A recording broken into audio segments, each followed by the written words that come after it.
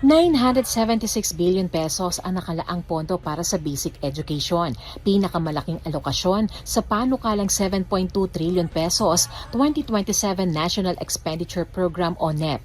Ayon sa Department of Budget and Management, katumbas ito ng 13.55% ng kabuuang expenditure program na 6% mas mataas kumpara sa national budget ngayong taon.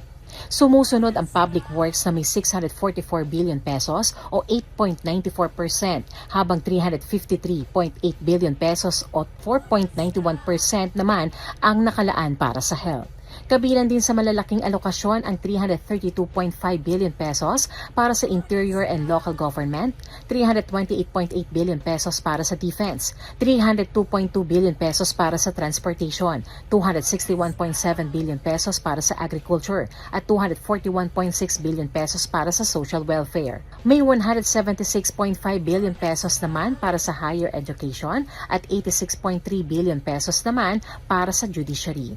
Bago ito formal na isinumite sa House of Representatives para sa deliberasyon noong Martes, August 11, itinurn over ni Budget Secretary Kim Robert De Leon kay Pangulong Ferdinand Bongbong Marcos Jr. ang panukalang 2027 NEP.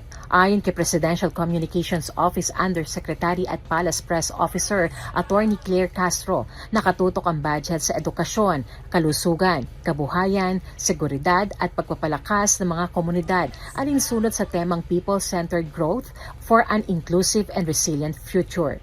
Nakatuon ang budget sa edukasyon, kalusugan, kabuhayan, seguridad at pagpalakas ng mga komunidad alinsunod sa temang People-Centered Growth for an Inclusive and Resilient Future.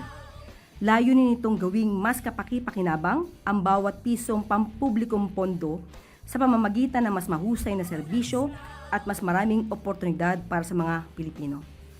Samantala, tiniyak ni House Speaker Faustino Bogie D. III na masusing susuriin ng Kamara ang bawat bahagi ng panukala, kabilang kung paano gagamitin ng mga ahensya ang kanilang hinihinging pondo at kung ano ang konkretong bunga nito para sa sambayanan. Shane Tolentino para sa Balitang Unang Sigaw.